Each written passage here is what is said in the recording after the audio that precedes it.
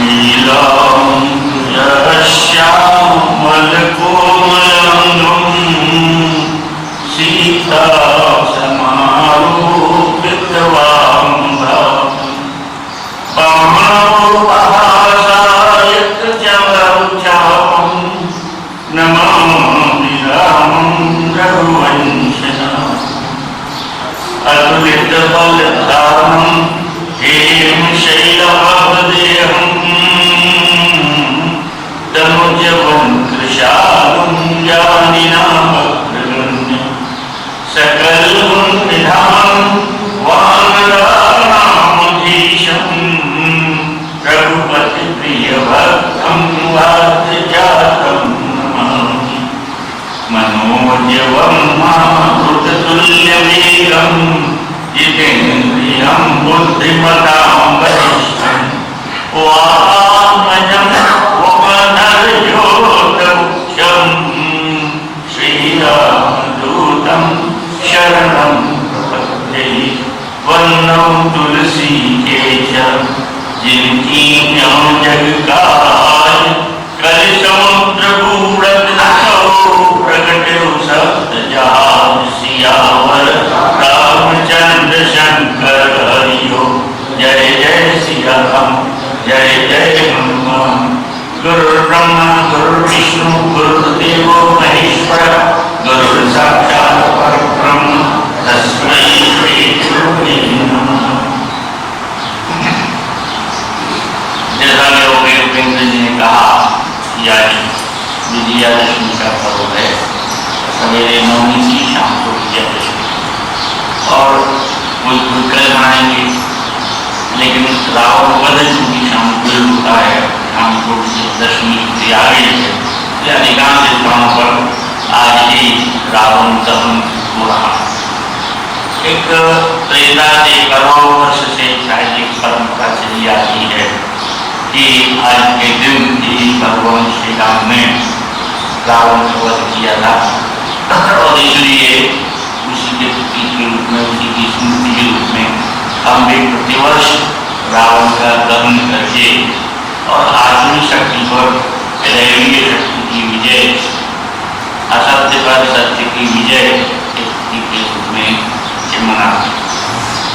एक बार परम पूज्य आपको गोलोकवासी पंडित टिंकर जी से राम उपाध्याय जी से रावण जी महानों पर चर्चा हो गई और उनसे यही बात चली कि रावण दहन होता है, रावण को बुलाया जाता है। तो उन्होंने बड़े हास्य करते हुए कहा कि क्या वास्तव में हम रावण का दहन करते हैं? एक बात होना भी चाहिए कि असत्य के बीच आसुरी व्यक्ति के बीच रावण और विक्रम का हम दान करते हैं, लेकिन हर वर्ष इस बात की होड़ लगती है कि अब की बात हम कितना बड़ा, इस बात जरा नहीं, लेकिन अगली बार उसको बड़ा जो विभिन्न मंडलियाँ होती हैं, दिल्ली बम्बई के संबंध बहुत स्थान पर होता है, तो आपस में भी प्रतियोगिता होती है कि हमारा रावण ऊंचा होगा, हमारा रावण बड़ा होगा। तो रावण को बड़ा करने, उसका विस्तार करने में लगे या उसका वध करने में लगे, ये सोचने की बात है। और आजकल तो एक बड़ी और विचित्र समस्या हो गई है, और वो समस्या ये हो गई कि रावण भी अब राम का मुखौटा पहन के समझ में बैठे, रावण को पहचानना मुश्किल हो गया। कई लोग ऐसे हैं जो जिनको अभी तक बड़ा सज्जनता और धार्मिकता का प्रतीक मानते थे, लेकिन ऐसा लग रहा है कि वो रावण से भी गए जीते हैं। तो ये राम का मुखौटा पहन के समाज में जो साधु का वेश बनाए हुए और आसुरी शक्तियाँ अपना प्रभाव फैला रही हैं, उनसे बहुत ज़्यादा सतर्क रहने की आवश्यकता है। जो प्रत्यक्ष में यही बात एक सज्जन ने लिखी कि त्रेता और द्वापर में क्या अंतर? त्रेता और द्वापर में यही अंतर है कि त्रेता में जब भगवान राम का अवतार हुआ तो राक्षस को अलग था, इस पर का यहाँ रावण का उतार या जन्म लिया है या कुंभकर्ण लिया है, मेघनाथ ने लिया है। और जो सज्जन सत्यवंश राम का वंशावल लगता है, राम तेरा राम होगा। लेकिन द्वापर तक आते आते एक ही परिवार में रावण है और एक ही परिवार में राम, अर्जुन भी वही है और दुर्योधन भी वही है, एक ही परिवार में। ये द्वापर तक आते आते अंतर हो गया और अब कलयुग तक आते आते और भी परिवर्तन हो गया कि हम पहचानना मुश्किल हो गया कि कौन रावण है। इसलिए हमें बहुत ज्यादा विवेक से कमी देते हुए और इस बात पर विचार करना पड़ेगा कि किसका दमन करना है और किसका अनुकरण करना। हम बात कर रहे थे अंग्रेज में विजयादशमी की चर्चा करने के विचार जाए। अब बात कर रहे थे सुंदरकांड की। सुंदरकांड में भी हमारे आंजनेय और हनुमान जी के द्वारा भगवती सीता जी की खोज के लिए सागर पकड़ करने का चल रहा था। और वास्तव में देखा जाए तो ये जो हनुमान जी की यात्रा है समुद्र को पार करके और अशोक वाटिका में बैठी हुई सीता जी की खोज करने का, ये प्रसंग हमारे जीवन से बहुत घनिष्ठता से जुड़ा हुआ। सीता जी क्या है? तुलसीदास जी रामचरितमानस में स्नान स्थान पर तुलना करते हुए जो बात करते हैं तो कहा कि भगत ज्ञान वैराग्य जन्म सोबत नरेश है। सीता जी साक्षात भक्ति है, भगवान श्री राम ज्ञान है, लक्ष्मण जी वैराग्य है और सीता जी साक्षात भक्ति है। तो ये यात्रा जो है ये है भक्ति की खोज, और भक्ति की खोज में करोड़ों मानव जाते हैं, अगले तो मानव जाते हैं, लेकिन सफलता केवल एक को मिलती है, वो हनुमान जी। तो भवसागर को पार करके इस भवसागर में हम सब जो डूब उतरा रहे हैं, इसमें डूबते उतराते मन होकर के आकाश मार्ग से ऊपर ही ऊपर अलग रह करके उसको पार करना और राक्षसों से घिरी हुई सीता जी की खोज करके उनके चरणों में प्रणाम करना और उनसे आशीर्वाद प्राप्त करना कि अजर अमर प्रभु करहु बहुत ये हर एक के बस का काम नहीं, किसी एक को ही सफलता प्राप्त होती है। प्रयास सब करते, लेकिन प्रयास करने के लिए कौन से आवश्यक गुण हैं जो होना चाहिए, इन्हीं चर्चा तुलसीदास जी इस प्रसंग के माध्यम से करते हैं। कुछ दिन में चर्चा की थी, सबसे पहला मैदान सोने का पर्वत लोभ के रूप में, माया के रूप में, आकर्षण के रूप में, संपदा के आकर्षण के रूप में हमारे सामने आता है। और उस समय उससे प्रभावित न होते हुए भी, उस आकर्षण में न फंसते हुए भी उससे आगे बढ़ जाना, राम के काम को याद रखें, सबसे बड़ी महत्व।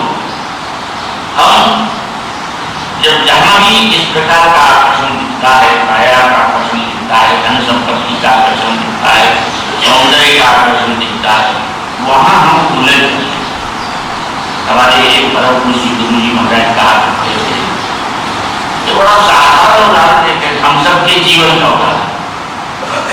कोई माँ है जिसका बहुत नन्हा शिशु है जो कि स्तनपान कर रहा है और उसका पालने में सोया हुआ, उसे भूख लगी और भूख लगती है तो उसे अभी भूखते तो आता नहीं, वो रुदन करके ही अपने भूख की अभिव्यक्ति करता है, रोने लगता है। माँ इस समय बहुत जरूरी काम में रसोई घर में व्यस्त है, पति को कहीं काम से ऑफिस जाना है, बच्चों को स्कूल जाना है, भोजन तैयार करना है, समय की कमी है। ऐसे में उस बच्चे को गोद में देख करके उसको स्तनपान कराने की उसको फुर्सत नहीं, तो क्या करती है? आप सबका अनुभव है, वो जाकर के कोई बजने वाला खिलौना, झुनझुना जिसको कहते हैं, ऐसा बजने वाला खिलौना या कोई चूसने की चीज उसके हाथ में पकड़ा दे और वो उसमें खो जाता है थोड़ी देर के लिए, तब तक उसको अपना काम निपटाने की फुर्सत मिल जाती है। 15 मिनट 20 मिनट आधा घंटा के लिए वो उस खिलौने में खो जाता है बच्चा। वो कहते हैं कि भगवान भी हमारे साथ यही करता है। जब हम उसको पाने के प्रयास में आगे बढ़ते हैं, जब हम सोचते हैं कि उसकी भक्ति प्राप्त कर ली जाए, उसके चरणों की कृपा प्राप्त कर ली जाए, तो वो नहीं चाहता कि ये हो। क्यों? इसलिए नहीं चाहता कि अगर ऐसा हो गया, संभव आचरण हो गया, सरल हो गया, ऐसा होना संभव, तो फिर संसार कैसे चलेगा? तो फिर वो तरह तरह की बाधाएं खड़ी करता है। उत्तरखंड में बड़े विस्तार से ज्ञान दीपक का प्रसंग लिखा गया है। कभी आप ध्यान दें तो उसको बिल्कुल है, ज्ञान दीपक का प्रसंग पढ़ेगा, बहुत बढ़िया प्रसंग है। उसमें लिखा है कि हमारा क्या है, हम जो जीव और ईश्वर एक ही ईश्वर अंश है, लेकिन ईश्वर अंश होते हुए भी हम ये भूल गए कि हम ईश्वर के अंश हैं। हम अपने आप को शरीर होने बैठे और बोले जड़ चेतन ही ग्रंथि पाई गई। ये शरीर तो जड़ है, आत्मा चेतन है, लेकिन आत्मा चेतन में और जड़ शरीर में गमन पड़ गई, बंधन हो गया, भाव बंध एक दूसरे जो है।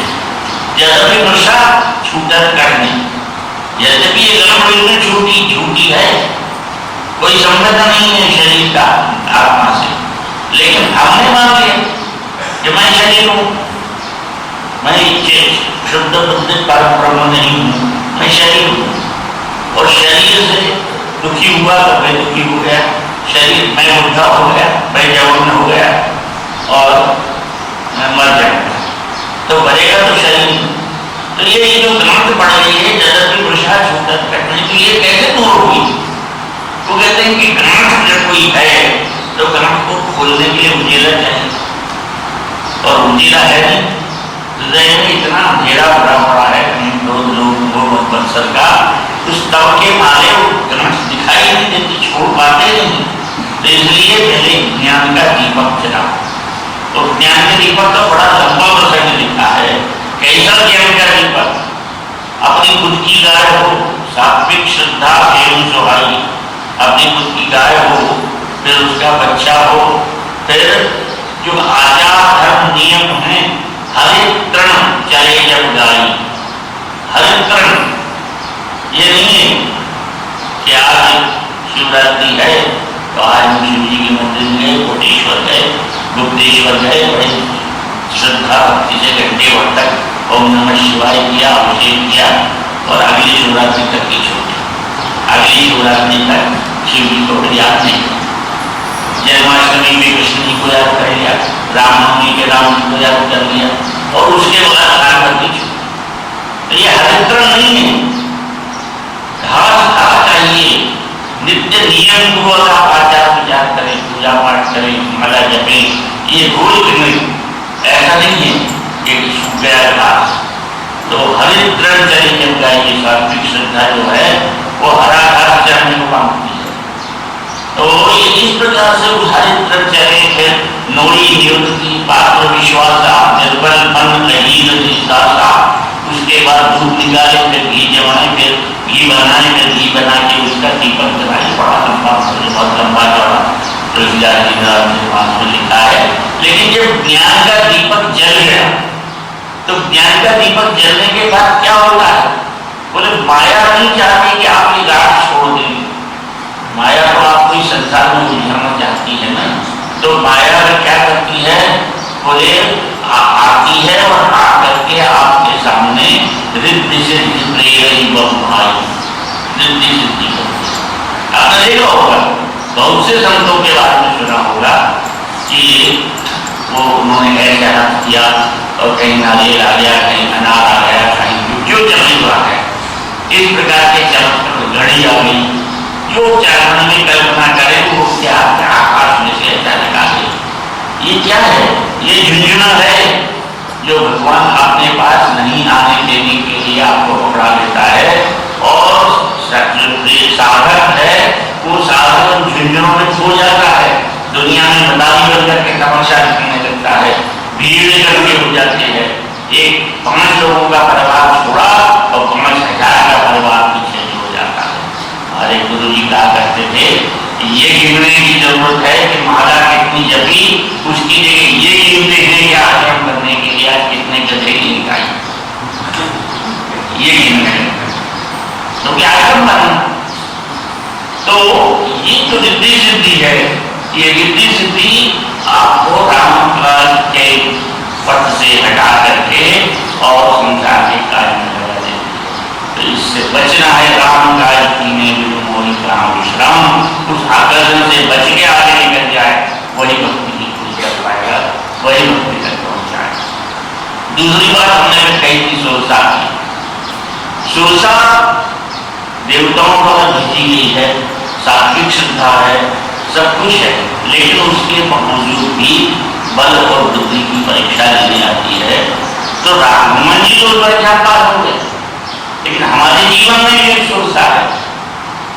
आपने देखा होगा जिह्वा सुरसा, जो अच्छे अच्छे रसों का की शौकीन है, अच्छे रस चाहती है, नित्य चटकीले भड़कीले रस चाहिए उसको। तो जब तक वो सुरसा बनी रहेगी तब तक हम उससे पार नहीं पा सकते, तब तक हम भक्ति की खोज में आगे नहीं बढ़ सकते। उसको रसना बनाना है, सुरसा को रसना बनाइए, जो रस से अलग हो जाए, रस से विरक्त हो जाए, तभी हम भक्ति की खोज में आगे बढ़ सकते हैं। जब तक हम इस प्रकार से व्यंजनों के शौकीन रहेंगे, इसीलिए हमारे यहाँ ये उपवास की व्यवस्था क्यों की? उपवास की व्यवस्था इसलिए, उपवास वैसे तो उपवास का शाब्दिक अर्थ होता है निकट बैठना, भगवान के निकट बैठना। उपवास का कहीं कोई ऐसा अर्थ नहीं है जो हुक्म आता, लेकिन अगर वो सुरसा को भोजन देते रहेंगे तो वो शरीर में आलस बनाएगी, आलस का निर्माण करेगी। जब उसको भोजन मिल जाएगा तो बिस्तर मांगेगी, बिस्तर मिल जाएगा तो और सुख सुविधाएं मांगेगी। इसलिए उस सुरसा को जब रसना बना देते हैं हम, तब हम भक्ति की खोज में आगे बढ़ सकते हैं। तो ये दोनों बाधाएं पार करके जैसे ही हनुमान जी आगे बढ़े, तुलसीदास लिखते हैं निश्चय एक सिंधु रही, कल माया नव के रही। जी वो क्या करती है कि जो आकाश में पक्षी उड़ रहे हैं उनकी गहरी छान सत सोन उड़ाई, यही भी सदा गगन चलता है। तो एक सज्जन बेटा मिला 24-25 साल का, MSc में पढ़ रहा था। बोला कि महाराज तुम्हारे तुलसीदास जी बड़े गप्पी हैं, तुलसीदास जी कब जा रहा कैसे? बोले गहरे शान सोन हो रहा है, आकाश में पक्षी उड़ रहा है, उसकी छाव पकड़ लिया और वो उड़ना बंद हो गया। ऐसा नहीं होता है। बोले हम कागज की पतंग जिसमें न जीव नहीं है, कुछ भी शक्ति स्वयं की उड़ने की नहीं है, उस कागज की पतंग बनाते हैं, जहाँ शायद बांस का टुकड़ा लगा होता है, डोरी के सहारे आकाश में उड़ती है, उसकी छान पे आप पकड़ने की बात करते हो, उसकी जगह खूंटा कर दो आप छान पे, तो भी वो उड़ती रहेगी। तो जिसमें जीव नहीं है वो उड़ती रहती है, तो जिसमें जीवन है, जिसको पकड़ दिए हैं भगवान ने, वो पक्षी कैसे उड़ पड़ेगा, वो नहीं पाएगा। ये बात आपको पची, मैंने बात बिल्कुल बहुत ही सही है, लेकिन है क्या इसके पीछे के अर्थ को समझने की कोशिश करना पड़ेगा। इसका नाम तो आपसे मानस में तो दिया नहीं, लेकिन अन्य ग्रंथों में, वाल्मीकि रामायण में, अध्यात्म रामायण में और इसका नाम दिया है। इसका नाम है शिविका। और शिविका कौन है? जब हम राम के पन्ने पढ़ेंगे तो पता चलेगा कि शिविका है राहु और केतु की मां। तो फिर प्रश्न आता है राहु और केतु कौन? तो राहु और केतु की कथा से हम सब अच्छी तरह परिचित हैं कि समुद्र मंथन हो रहा था, समुद्र मंथन से अमृत निकला। समुद्र का मंथन, पानी को बचने से कहीं अमृत निकलता। तो ये क्या है? प्रतीक रूप में कहा गया है हमारे विचारों को आप बचते रहें, हमारे विचार स्थिर न हो जाए। तो हमारे विचारों में कभी कभी क्या होता है, शंकाएं होती हैं, और शंका क्या है? संशय उरण। तुलसीदास जी ने कहा कि संशय सांप है, और इसीलिए आपने देखा कि समुद्र को मथने के लिए प्रयोग किसका किया गया? सांप का किया गया। वासुकी नाग की रस्सी बनाई गई है। तो संशय होते रहना चाहिए, और संशय जब तक नहीं होंगे, आपका विचार स्थिर हो गया, आपने मान लिया बिल्कुल पत्थर की लकीर कि ये ऐसा है, उसके बाद दुनिया कुछ भी कहती रहे हम नहीं मानेंगे, तो नहीं। संशय के साथ संशय में भी आप देखिए विशेषता, हमारे मनीषियों ने कितनी बढ़िया कथाएं लिखी। संशय की विशेषता यह है कि संशय के किस तरफ खड़े हैं आप? राक्षस खड़े हैं उसके मुख की तरफ जहां से विष निकलता, और देवता खड़े हैं उसकी पूंछ की तरफ जो ठंडी होती है, शीतल होती है। तो संशय तो ही आप देखता है, क्योंकि विचार स्थिर नहीं हो जाना चाहिए। विचार अगर स्थिर हो गए तो फिर वो उनमें सड़ाहट पैदा हो जाएगी। विचारों को कभी भी स्थिर नहीं होना है। विचार परिवर्तनशील समय के साथ होते रहना चाहिए, लेकिन उसके मुख की तरफ नहीं, उसके पूंछ की तरफ खड़े रहें, उसके शीतलता को पकड़े, उसके विष को न पकड़े। संशय के विष को पकड़ेंगे तो संशय आपका विनश्यति, लेकिन संशय के पूंछ को पकड़ेंगे तो संशय अर्जुन को भी हुआ, संशय विभीषण को भी हुआ। लेकिन इन दोनों ने अपने संशय का उपयोग करके भगवान के सामने अपनी समस्या रखी, तो दोनों ने एक संसार के कल्याण के लिए गीता प्रकट की। विभीषण को जो शंका हुई तो रामचरितमानस में धर्मरथ के नाम से राम गीता प्रकट, कभी इसकी चर्चा करेंगे विस्तार से। और अर्जुन को शंका हुई तो भगवान श्री कृष्ण के मुख से गीता प्रकट, भगवत गीता प्रकट। तो संशय करें आप, लेकिन संशय उचित व्यक्ति के सामने प्रस्तुत करें। केवल संशय के मुख की तरफ खड़े रह करके उसके विष से अपने हृदय को दग्ध न करते रहें। उससे एक उचित व्यक्ति के सामने, ज्ञानी व्यक्ति के सामने उसको प्रस्तुत करके और उसके द्वारा अपने विचारों को आगे बढ़ाते रहें, विचारों को शुद्ध करते रहें। तो समुद्र मंथन हो रहा, और समुद्र मंथन की प्रक्रिया में जब वो अमृत निकला तो अमृत का वितरण, अब अमृत के वितरण के साथ ही सबसे बड़ी समस्या है हमारे आपके जीवन में जितने देखने को मिलती है, वो ये मिलती है कि अमृत मुझे मिल जाए और किसी को न। देवता चाहते हैं कि हमें अमृत मिल जाए, राक्षसों को न मिले। राक्षस चाहते हैं हमें अमृत मिल जाए, दूसरे को न मिले। ये जो वृत्ति है इसको कहते हैं मात्सर्य, ईर्ष्या, द्वेष। एक बहुत बार तथा छोटी सी कहानी है, बहुत बार शायद प्रस्तुत की है, यहाँ से बहुत सुन प्रयास होगी। एक ब्राह्मण देवता ने तपस्या की और तपस्या करके वरदान प्राप्त किया। उनसे कहा जब सूर्य भगवान नहीं बोलो क्या चाहिए? उन्होंने कहा मैं ये चाहता हूँ कि आपके नाम की एक माला जपूं और जो भी मनोरथ करूँ, जो भी कल्पना करूँ वो पूर्ण हो जाए। भगवान सुनने वाले हो जाए। शर्त एक ही है कि आप जो अपने लिए चाहेंगे उससे दुगना आपके पड़ोसी को मिलेगा। और ब्राह्मण महोदय की आत्मा खो गई। ये कभी कोई नहीं चाहता कि मैं मेहनत करूं, तपस्या मैं करूं, वरदान मैं प्राप्त करूं और मुझसे ज्यादा मेरे पड़ोसी को मिल जाए, दुखी मिल जाए। ये तो गलत, ये नहीं होना चाहिए। और बहुत सोच समझ के उन्होंने मांगा मेरी एक आत्महत्या, दूसरे की दोनों होती। तो ये जो है हमारे अंदर एक वृत्ति वात्सल्य की है, ईर्ष्या की है, द्वेष की है, जिसके द्वारा हम ये चाहते हैं कि उन्नति हो तो मेरी हो, प्रगति हो तो मेरी हो, अच्छा मिले तो मुझे मिले, यश मिले तो मुझे मिले। ये जो भावना है ये है वात्सल्य की भावना। और यही आई राहु केतु में। राहु नाम का एक ही राक्षस था, लेकिन उसने जब देखा कि अमृत देवताओं को उठ रहा है, मुझे नहीं मिलेगा, तो वो देवताओं का रूप धारण करके और सूर्य और चंद्र के बीच में जाकर बैठ गए। ये भी बहुत बढ़िया बात हमारे विद्वानों ने, सूर्य और चंद्र के बीच में क्यों जाकर बैठा? जहां ज्यादा उजेला होता है वही किसी के अंधेरे के छिपने की संभावना होती है। पहले कहा हमारे यहाँ कहीं भी दिया तले अंधेरा, अब तो दिया ऊपर अंधेरा होता, पहले दिया तले अंधेरा होता।